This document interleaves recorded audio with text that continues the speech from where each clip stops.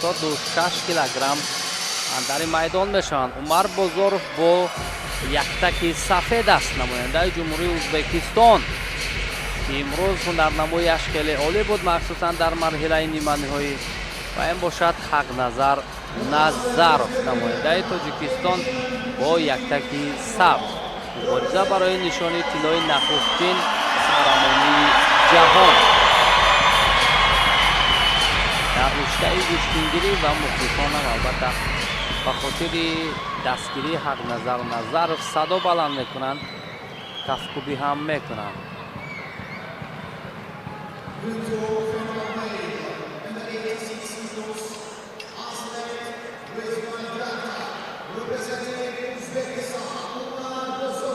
Умар Бозоров, Узбекистон, сафедпӯш. Хақназар Назаров, Тоҷикистон бо яктаки сабз.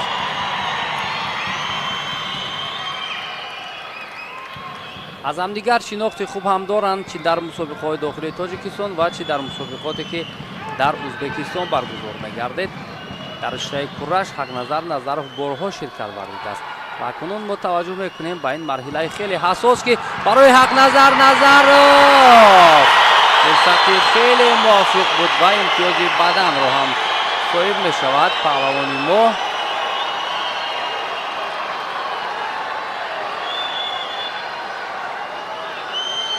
ҳамин ҳолат агар аз қабл бо фишор ё бо суръати баланд иҷро мешуд, инҷо ҳалол буданаш мумкин буд, вале инҷо танҳо ҳамон бадан асту халос.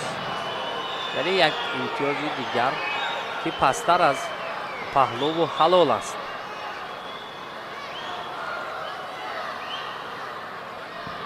аллакай ба замин расида буд Умар Бозоров, баъдан Хақназар Назаров фишорро идома дод. ба ҳамин хотир бадан пас гирифта мешавад ва паҳлӯ инҷо паҳлӯ баҳогузорӣ карда мешавад барои ҳунари Хақназар Назаров. ҳоло вақт хеле зиёд аст барои тағйир додани натиҷа.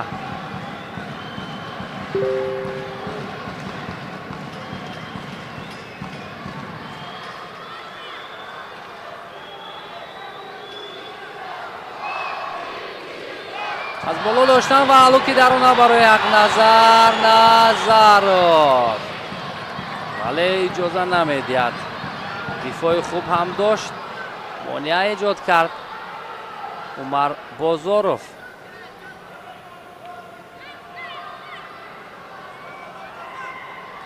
маъмултарин усуле ки Хақназар Назаров иҷро мекунад ҳамон ҳалуки даруна аст ки мо партофҳои бисёр ҳам ҷолиби Хақназарро дар мусобиқоти мухталиф бо ҳамин усул мушоҳида кардем. ҷоизадори бозиҳои осиёӣ аст дар Ханҷоу Хақназар Назаров.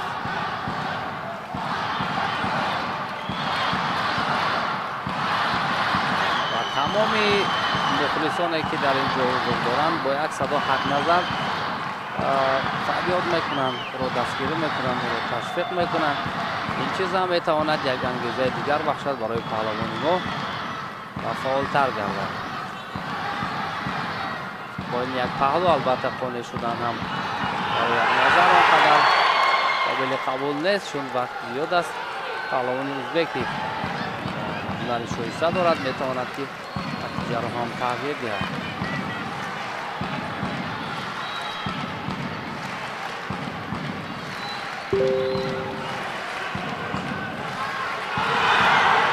боз фишори паҳлавони мо.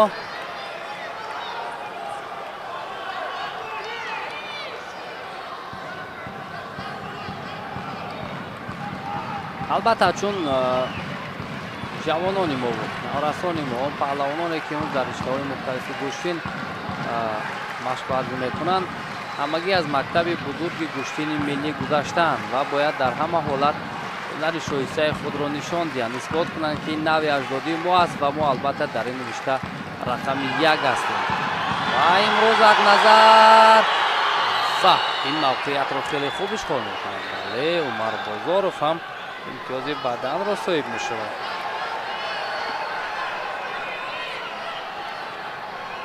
ҳақназар навбат ба навбат мавқеъҳоро ишғол мекунад, вале ҷиҳати партофт кардан муваффақ намешавад.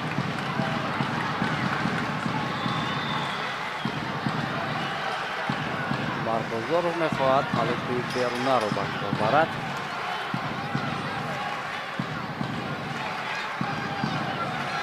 вале ҳамун қапиданҳо ё доштанҳо барояш он қадар мувофиқ нест.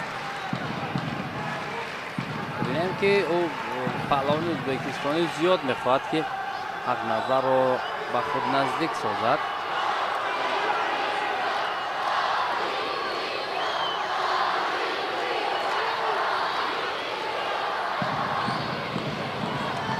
вақтро кашол додан ва тавонистани ин ҳолат албатта ба суди паҳлавони мо хоҳад буд, чун ӯ имтиёзи баландтар русуд аст, яъне паҳлӯ.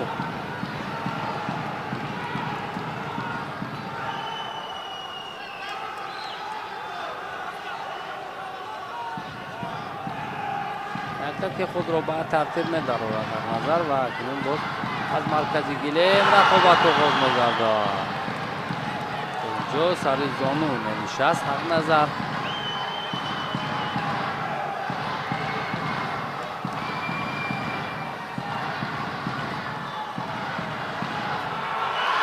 ҳалки даронат фишор то ба охир, вале натиҷа намешавад.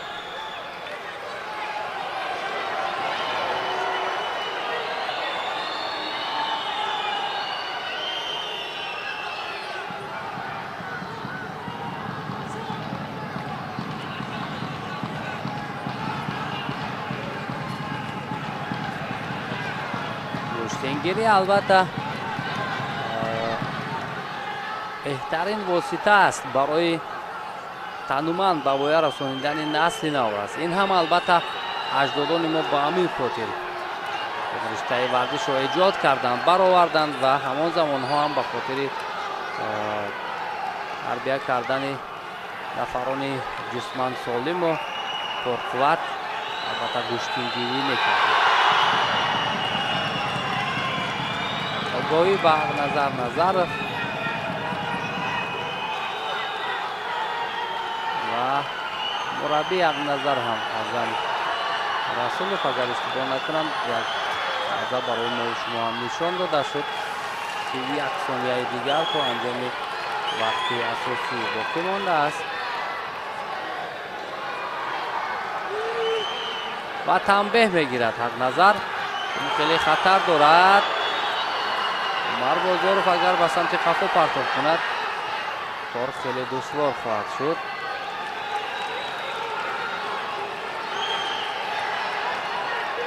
дар ин 20 сонияи боқимонда эҳтиёт бояд бошад паҳлавони мо.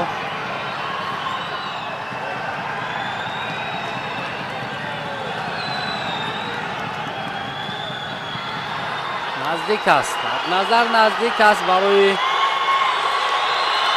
қаҳрамони ҷаҳон гардидан дар нахустин чемпионати ҷаҳони гуштингирӣ.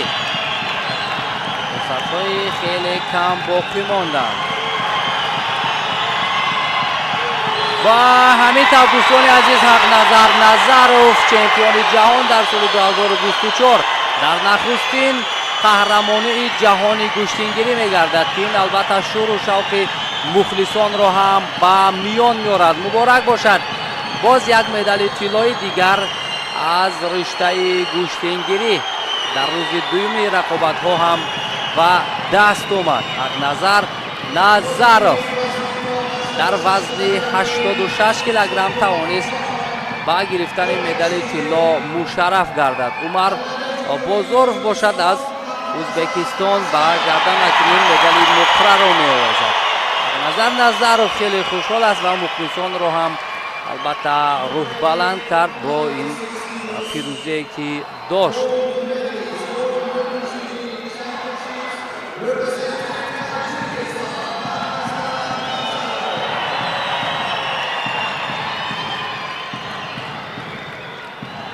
акнун рӯзи гузашта се нишони тилло ва имрӯз як медали тилло ҳам то ин лаҳзаҳо ба даст омад. فصل شروع میکند با مخلصان، با نفرانی که امروز برای حق نظر نظرف کفکوبی کردند و این هم باشد مربیش است.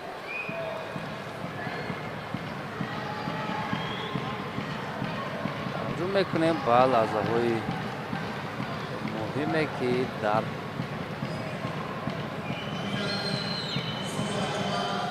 این جریان بود و فشاری که حق نظر داشت امتیازی پهلو رو به دست آورد.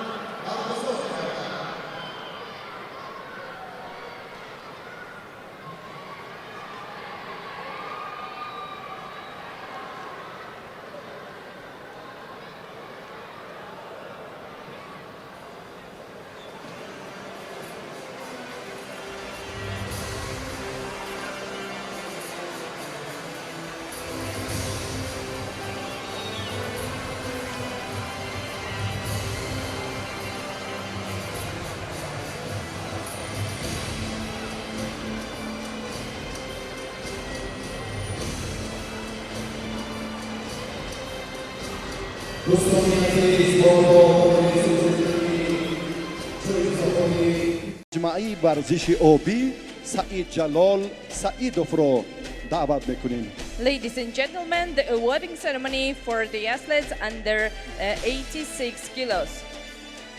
To present them the medals and diplomas are invited the Deputy Chairman of the International Gushtangiri Federation, Qudratullah Ashurov, and the Director of the Sports Complex, Saeed Jalal Saidov.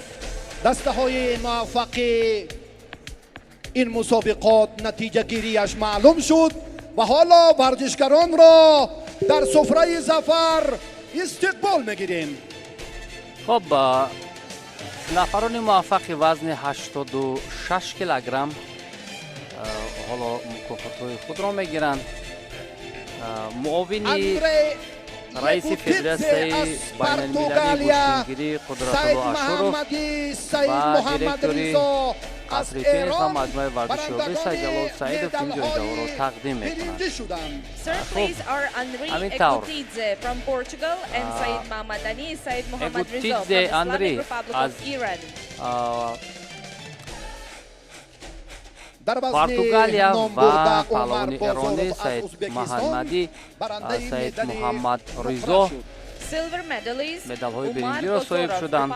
عمر رسولوف از جمهوری ازبکستان به گردن مدال نقره را آویخت و حق نظرف باشد از تاجیکستان عنوان قهرمان جهان را در نخستین مسابقه با نفوذ چمپیونات جهانی گوشتنگیری به دست آورد که به گردن مدال طلا را آویزان میکند. همزمان به غالبان تحفه های تأسیس نموده مقامات اجرایی حکومت دولتی شهر دوشنبه که از مبلغ‌های پولی عبارت است از جانب سعید جلال سعیدوف دیرکتور مجمع قصر تنیس و نمودهای ورزشی آبی تقدیم میکنند. $5000 به دو مقام سیوم، $10,000 به جای دویم و $20,000 به گیرنده مدال طلا.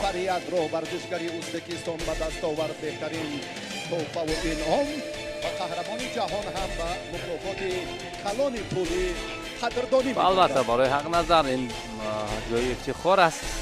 حالا اکنون با شرافت پیروزی حق نظر سرود ملی جمهوری تاجیکستان صدا می‌دهد.